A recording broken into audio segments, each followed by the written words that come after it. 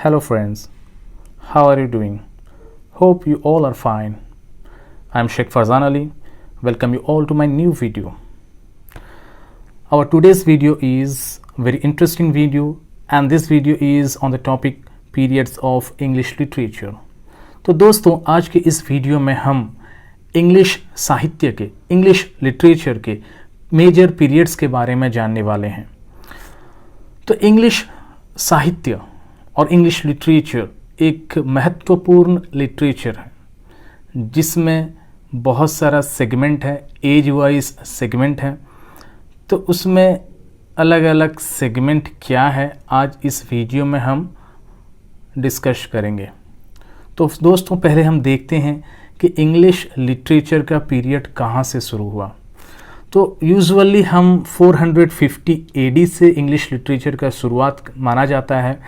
तो इससे पहले 450 एडी से पहले इंग्लिश लिटरेचर का डार्क एज था, डार्क पीरियड ऑफ लिटरेचर था। मतलब कि उस पीरियड में कोई भी ऐसा इंग्लिश राइटिंग्स के बारे में पता नहीं है। तो इसलिए यूजुअली हम इंग्लिश लिटरेचर को स्टार्ट करते हैं 450 एडी से और 450 एडी से लेकर 1066 एडी तक इंग्लिश लिटरेचर का जो पीरियड है उसे कहा जाता है ओल्ड इंग्लिश पीरियड और उसे भी एंग्लो सैक्सन पीरियड के नाम से जाना जाता है। 450 AD to 1066 AD is known as Anglo-Saxon period or Old English period. Next, from 1066 AD to 1500 AD तक जाना जाता है मिडिल इंग्लिश पीरियड के नाम से। तो हम मिडिल इंग्लिश पीरियड को फर्दर 3 सेगमेंट में 3 कैटेगरी में डिवाइड कर सकते हैं। तो ये जो पीरियड था 1066 एडी से 1500 एडी तक, इसे 3 मेजर कैटेगरी में डिवीज़न किया गया है। पहला कैटेगरी है 1066 एडी से 1340 एडी तक, जिसे कहा जाता है अर्ली मिडिल इंग्लिश पीरियड और उसे भी एंग्लो नॉर्मन पीरियड के नाम से जाना जाता है। वो है 1066 एडी से लेकर 1340 एडी तक। Second major segment of middle English period is from 1340 AD to 1400। That means this period or this tenure is known as the tenure of Geoffrey Chaucer और इसे हम एज ऑफ चौसर के नाम से भी जानते हैं, जो कि 1340 से लेकर 1400 एडी तक चलता है। Third segment of middle English period is from 1400 AD to 1500 AD, जिसे एज ऑफ बैरन भी कहा जाता है और लेट मिडिल इंग्लिश पीरियड भी कहा जाता है। एज ऑफ बैरन इसे इसलिए कहा जाता है कि इस पीरियड में 1400 से लेकर 1500 एडी के अंदर कोई भी ऐसा महत्वपूर्ण इम्पोर्टेंट लिटरेरी वर्क्स नहीं आया था इंग्लिश लिटरेचर में। तो इसीलिए इस 100 ईयर्स को एज ऑफ बैरन कहा जाता है। तो दोस्तों हमारा मिडिल इंग्लिश पीरियड के बाद जो पीरियड आता है इंग्लिश लिटरेचर में वो है रेनाशा। द रेनाशा उसे कहा जाता है, जो कि 1500 एडी से लेकर 1660 एडी तक चला था। तो इस रेनाशा पीरियड को भी हम 3 मेजर सेगमेंट में डिवाइड कर सकते हैं। According to its age, it is divided into 3 major categories. One is from 1500 AD to 1558 AD. That means ये जो रेनाशा का पीरियड है हम इसे 3 सेगमेंट में डिवाइड कर सकते हैं कि पहला उसका प्रिपैरेटरी पीरियड और स्टार्टिंग पीरियड, सेकंड उसका पिक पीरियड और हाइट पीरियड और थर्ड उसका डिक्लाइन पीरियड और एंड पीरियड हम कह सकते हैं। तो यहाँ दोस्तों हम देखेंगे कि ये जो 3 पीरियड में इसे डिवाइड किया गया है वो क्या है। तो पहला द रेनाशा का जो पहला जो सेगमेंट है वो 1500 एडी से लेकर 1558 एडी तक चला था, जिसे हम डन भी कह सकते हैं। डन मीन्स भोर और स्टार्टिंग, सुबह जिसे कहते हैं, तो डन ऑफ रेनाशा हम कह सकते हैं और प्रिपैरेशन ऑफ रेनाशा कह सकते हैं। ओके, जबकि जो रेनाशा का माने होता है दोस्तों रीबर्थ, पुनर्जन्म। तो यहाँ लिटरेचर का पुनर्जन्म हुआ और इसे यहाँ पे मतलब कि इस रेनाशा पीरियड को हम गोल्डन पीरियड भी कह सकते हैं, जिसके जो हाइट ऑफ रेनाशा पीरियड था इसे हम golden period of English literature भी कहा जाता है। तो फ्रेंड्स, द रेनाशा पीरियड का जो सेकंड सेगमेंट है वो है 1558 एडी से लेकर 1625 एडी तक, जिसे हम हाइट ऑफ रेनाशा भी कह सकते हैं। तो इसे हाइट ऑफ रेनाशा कहने का मतलब ये है कि ये एक ऐसा पीरियड था जहाँ पे कि इंग्लिश लिटरेचर की महान राइटर्स अपना अपना महान वर्क्स इंग्लिश लिटरेचर को दे गए हैं। तो इसमें एक महान राइटर थे जो कि शेक्सपियर। तो ये हाइट ऑफ रेनाशा जो पीरियड है 1558 से लेकर 1625 को हम इसे और दो सब कैटेगरी में डिवाइड कर सकते हैं, जो कि पहला सब कैटेगरी 1558 से लेकर 1603 जो कि क्वीन एलिजाबेथ वन का कोरोनेशन पीरियड, रेन पीरियड था। ओके, जिसे हम एलिजाबेथन एज कहते हैं। और इस एलिजाबेथन एज में एक महान राइटर इंग्लिश लिटरेचर के जो कि विलियम शेक्सपियर के नाम से मशहूर हैं, वो अपना बहुत कीमती वर्क इंग्लिश लिटरेचर को दे गए हैं। तो इसे हम इस पीरियड को 1558 से लेकर 1603 को एलिजाबेथन एज भी कहा जाता है। और इस पीरियड के महान राइटर और ड्रामेटिस्ट विलियम शेक्सपियर के नाम से भी इस पीरियड को जाना जाता है। तो जिस पीरियड को हम कह सकते हैं कि एज ऑफ शेक्सपियर। तो शेक्सपियर का जन्म अप्रैल 23 1564 को हुआ और उनका निधन अप्रैल 23 1616 को हुआ। मतलब कि इसी टेनर के बीच में विलियम शेक्सपियर ने अपना जो प्लेज था, अपना ड्रामास था, अपना सनेट था, वो पब्लिश किए थे। इस वजह से इस पीरियड को एज ऑफ शेक्सपियर भी कहा जाता है। तो ये हाइट ऑफ रेनाशा को सेकंड सेगमेंट में जो डिवाइड किया गया है वो है जैकोबियन एज, जो कि 1603 एडी से लेकर 1625 एडी तक था। तो जैकोबियन एज इसलिए कहा जाता है कि इस एज में किंग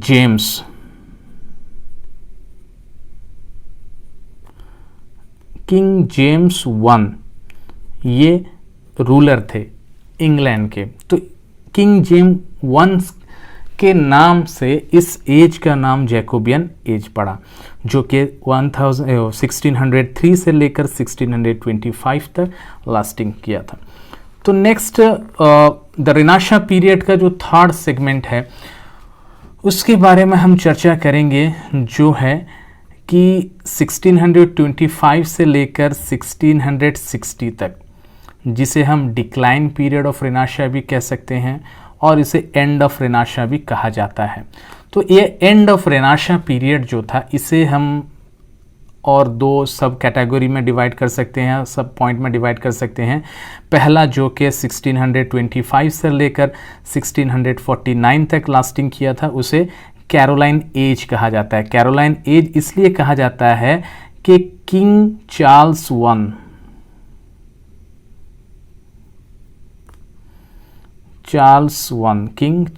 वन इस टाइम के रूलर थे, तो इसलिए इसे कैरोलाइन एज भी कहा जाता है। तो सेकंड जो सेगमेंट है एंड ऑफ रेनाशा पीरियड का वो है 1649 से लेकर 1660 तक, जिसे कॉमनवेल्थ पीरियड कहा जाता है।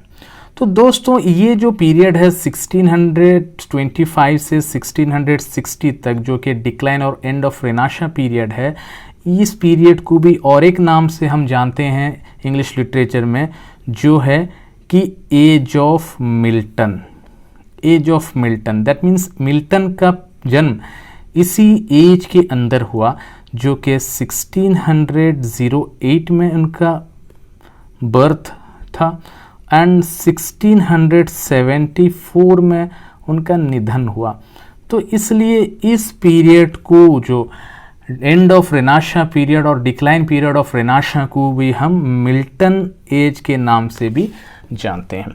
तो दोस्तों आगे चलते हैं कि फिर देखते हैं कि इंग्लिश लिटरेचर में और कौन सा एज था। तो इस एज के बाद 1660 के बाद जो एज आया इंग्लिश लिटरेचर में उसे कहा जाता है न्यू क्लासिकल पीरियड, जो कि 1660 से लेकर 1798 तक चला था। तो classical, new classical period, new classical और न्यू क्लासिकल भी कहा जाता है। ओके दोस्तों, ये न्यू क्लासिकल पीरियड को भी हम 3 सेगमेंट में डिवाइड कर सकते हैं। तो ये भी 3 सब पीरियड में डिवाइड था। तो जो पहला इसका सब डिवीज़न था वो था 1660 से लेकर 1700 AD तक, जिसे कहा जाता है रेस्टोरेशन पीरियड, रीस्टोरेशन। ओके, तो रेस्टोरेशन पीरियड इसे कहा जाता है। इस रेस्टोरेशन पीरियड को भी हम कह सकते हैं कि एज ऑफ ड्राइडन, क्योंकि ड्राइडन इस पीरियड के महान राइटर थे, तो इसीलिए इस पीरियड का नाम एज ऑफ ड्राइडन भी रखा गया है, जिसे हम रेस्टोरेशन पीरियड भी कहते हैं, जो कि 1660 से लेकर 1700 AD तक था। तो सेकंड सेगमेंट है इस न्यू क्लासिकल पीरियड का, जो 1700 AD से लेकर 1745 AD तक, जो कि अगस्टन एज के नाम से मशहूर था, और उसे हम एज ऑफ पोप भी कहते हैं। मतलब कि इस एज में जो फेमस राइटर थे वो पोप थे। ओके, तो इसलिए इस एज को एज ऑफ पोप भी कहा जाता है। तो third segment of new classical period is transitional period that lasted from 1745 to 1798।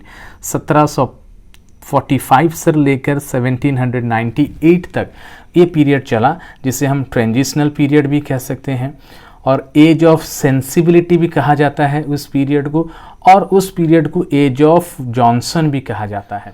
तो दोस्तों जो नेक्स्ट पीरियड है इंग्लिश लिटरेचर में वो रोमांटिक पीरियड है। ओके, जिसका आगाज़, जिसका स्टार्टिंग 1798 से शुरू हुआ और ये 1837 तक लास्टिंग करा था। तो ये 1798 इसलिए है कि इस एज में एक फेमस वर्क आया था जो कि लिरिकल बालाड्स था।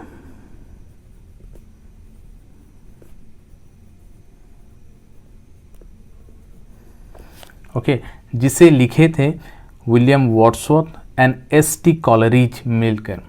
ओके, तो this work lyrical ballad is the outcome of two major writers of this period. One is William Wordsworth and S.T. Coleridge. Okay, ये पब्लिश हुआ था 1798 को। तो with the publication of lyrical ballad, the age of romantic period begins, and this period is also known as age of Wordsworth. तो next period जो है English literature में वो है Victorian period. Okay, queen Victoria इस period में शासन भार संभाली हुई थी इंग्लैंड का, तो जो कि 1837 AD से लेकर 1901 AD तक चला, तो जिसे विक्टोरियन पीरियड कहा जाता है। और इस पीरियड के जो महान राइटर थे वो थे टेनिसन, तो इसे एज ऑफ टेनिसन भी कहा जाता है। तो नेक्स्ट जो पीरियड है हमारा वो है एडवर्डियन पीरियड, जो कि 1901 से लेकर 1940 तक चला। तो इस पीरियड में किंग एडवर्ड 7 का शासन काल था, तो इसीलिए इसे एडवर्डियन पीरियड भी कहा जाता है। तो नेक्स्ट पीरियड इंग्लिश लिटरेचर में है दोस्तों 1910 से लेकर 1936, जिसे जॉर्जियन पीरियड कहा जाता है। तो दोस्तों ये कहीं कहीं 1940 है और कहीं कहीं 1910 भी इसे कहते हैं, 1901 से लेकर 1914 और 1910 भी कहा जाता है। ओके, तो ये 1910 से लेकर 1930 जो पीरियड था उसे द जॉर्जियन पीरियड कहा जाता है। तो जिस पीरियड में किंग जॉर्ज 5 का शासनकाल था, इसे जॉर्जियन पीरियड भी कहा जाता है। दोस्तों नेक्स्ट पीरियड जो है इंग्लिश लिटरेचर में, तो वो वॉर पोइट्री पीरियड था, जो कि world war 1 okay first world war, जो कि 1914 से लेकर 1980 तक का पीरियड को हम वर्ल्ड वॉर पोइट्री का पीरियड भी कहते हैं। तो नेक्स्ट पीरियड है इंग्लिश लिटरेचर में 1940 से लेकर 1945 तक, तो जिसे मॉडर्न पीरियड कहा जाता है, और इसे एज ऑफ एलियट भी कहा जाता है कि इस पीरियड के, मॉडर्न पीरियड के जो महान राइटर थे तो वो एलियट थे। इसे एज ऑफ एलियट भी कहा जाता है और इसे मॉडर्न पीरियड कहा जाता है, जो कि 1914 से लेकर 1945 तक। तो नेक्स्ट पीरियड आता है 1939 से 1945। ये पीरियड वर्ल्ड वॉर 2 का है। दोस्तों ये जो पीरियड है 1939 से लेकर 1945, ये वर्ल्ड वॉर 2 का पीरियड है, जिस पीरियड को लिटरेचर में लिटरेचर ऑफ वर्ल्ड वॉर 2 कहा जाता है। दैट मीन्स इसी पीरियड के दौरान, ये 6 साल के दौरान जो लिटरेचर में जो वर्क सब आया था उसे लिटरेचर ऑफ वर्ल्ड वॉर 2 कहा जाता है। दोस्तों नेक्स्ट जो पीरियड है आफ्टर द वर्ल्ड वॉर, उसे पोस्ट वर्ल्ड वॉर पीरियड कहा जाता है और उसे पोस्ट मॉडर्न पीरियड कहा जाता है। मेजरली 1945 से लेकर जो प्रेजेंट पीरियड है उसे पोस्ट मॉडर्न पीरियड कहा जाता है। तो हम पोस्ट मॉडर्न पीरियड को दोस्तों 2 सेगमेंट में हम डिवाइड कर सकते हैं। तो पहला हमारा सेगमेंट है 1945 से लेकर 2000 तक, ओके 2000 AD और ईयर 2000 तक, उसे post world war 2 literature. That means ये जो 55 एज के अंदर, दैट मीन्स 1945 से 2055 ईयर्स के अंदर जो भी लिटरेरी वर्क्स आया, उस लिटरेरी वर्क्स को हम पोस्ट वर्ल्ड वॉर 2 लिटरेचर कहते हैं। ओके, इसी तरह ईयर 2000 के बाद से लेकर अब तक, मीन्स 2021 तक जो लिटरेचर आया उसे हम 21st सेंचुरी लिटरेचर कहते हैं। तो दोस्तों उम्मीद करता हूँ कि ये वीडियो आपके लिए यूज़फुल हुआ होगा, कि इस वीडियो में हम क्लियरली इंग्लिश लिटरेचर का जो मेजर पीरियड है उसे जान सकें।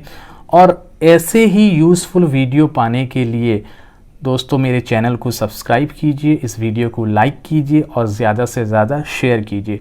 तो दोस्तों आपसे एक वादा करता हूं कि इस वीडियो में हम जो पीरियड सब डिस्कशन किए, तो नेक्स्ट वीडियो में हम ये सब मेजर पीरियड के major writers and major works के बारे में डिस्कशन करेंगे। अब तक के लिए धन्यवाद।